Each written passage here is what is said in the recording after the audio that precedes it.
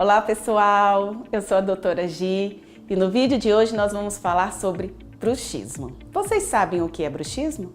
Bruxismo é aquele ato da gente ficar apertando ou rangendo os dentes. O bruxismo pode acontecer de duas formas. Um é quando estamos acordados e geralmente está relacionado com o uso de medicamentos para ansiedade, depressão ou até para o Parkinson. O outro tipo de bruxismo é o noturno. Não se tem uma causa definida. Está muito relacionado ao estresse cotidiano. O contato prolongado dos dentes em atrito vão levar ao desgaste dos dentes e a dores musculares.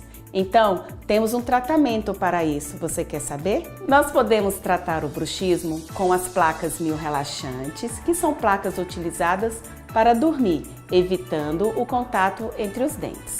E uma outra opção, usado em associação com a placa, é a toxina botulínica, o famoso Botox.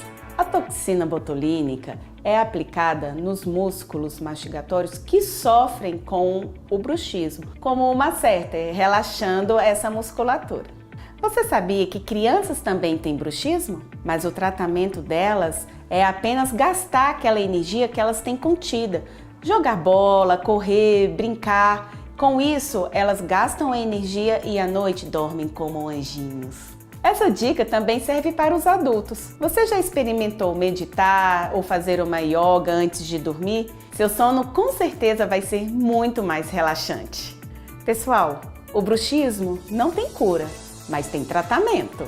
E se você não sabe se tem bruxismo, procure seu dentista e marque uma avaliação. Através de alguns sinais simples na boca, ele vai conseguir detectar se você tem ou não o bruxismo. E se você gostou do vídeo, curta, compartilhe, mostre para os seus amigos. E qualquer dúvida, mande um WhatsApp. Vou ter o maior prazer em responder. Um beijo no coração e até o próximo vídeo.